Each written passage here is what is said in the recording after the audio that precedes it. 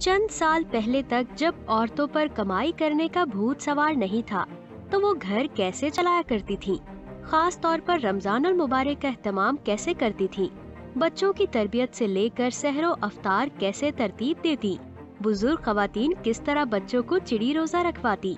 मजीद जानने से पहले वीडियो को लाइक और चैनल को सब्सक्राइब कर दें और बेल आइकन के बटन को दबाना मत भूलें।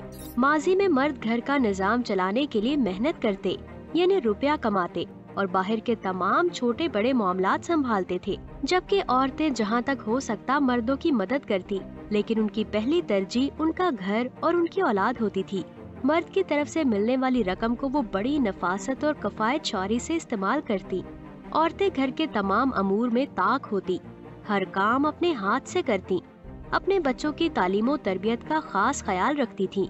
हर किस्म के खाने घर में तैयार किए जाते और सेहत के उसूलों को मद्देनजर रखा जाता था। रमजानुल मुबारक शुरू होने से एक माह पहले ही रमजान की तैयारियां शुरू हो जाती। औरतें घर की तफसीली सफाइयां और ईद के लिए सीने परोने का काम पहले ही मुकम्मल कर लेती।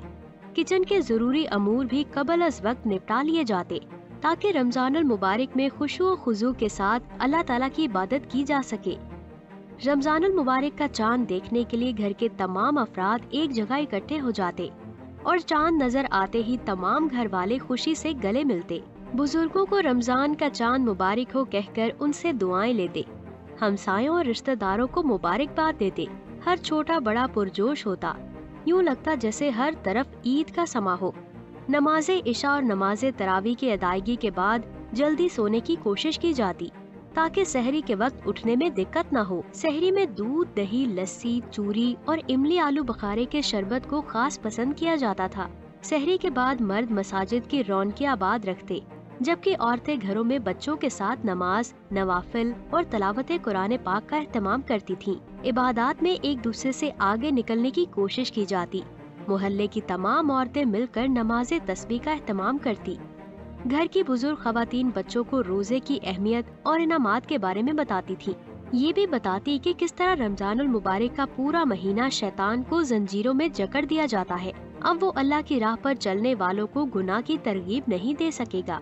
ये सुनकर बच्चे बहुत खुश होते और उनके नन्हे दिमाग ये बात तस्लीम कर लेते कि इस रहमतों के महीने में गुनाह नहीं बल्कि नेकियां ही नेकियां होंगी। वो अपने बड़ों के साथ मिलकर बढ़ चढ़कर इबादत में हिस्सा लेते और रोजा रखने की जिद करते। अब इन्हें चिड़ी रोजा रखवाया जाता, इसे बच्चे सहरी के वक्त बड़े शौक से रखते और जोहर के बाद इफ्तार कर लेते। जोहर की नमाज से फारिग होकर औरतें अफ्तारी की तैयारी शुरू कर देती।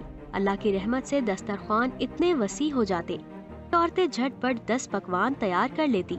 हमसायों और रिश्तेदारों के घर अफ्तारी भिजवाई जाती, साथ साथ गरीबों और मुसाफिरों का खास ख्याल रखा जाता था। बच्चे बड़ों के साथ मिलकर बड़े शौक से सब घरों में अफ्तारी पहुंचाते। साहिब इस्तात लोग खामोशी से अपने मुस्तहिक बहन भाइयों के घर राशन डलवाते। इत्तिकाफ का एहतमाम खास तौर पर किया जाता। इसे तमाम मुसलमान मर्द औरतें अपने लिए एजाज समझते, जबकि उसका शर्फ ज्यादातर बुजुर्गों को हासिल होता। दोस्तों, आज के लिए इतना ही। आपका इस वीडियो के बारे में क्या कहना है? अपने कीमती राय का इजहार हमारे कमेंट बॉक्स में जरूर करें। मज़ीद ऐसी इन्फॉर्मेटिव वीडियोस देखने के लिए हमारे यूट्यूब चैनल को सब्सक्राइब कर दें। इंशाल्लाह जल्द ही मिलेंगे एक नई और इंटरेस्टिंग वीडियो के साथ। अब मुझे दे इजाजत। अल्लाह हाफिज।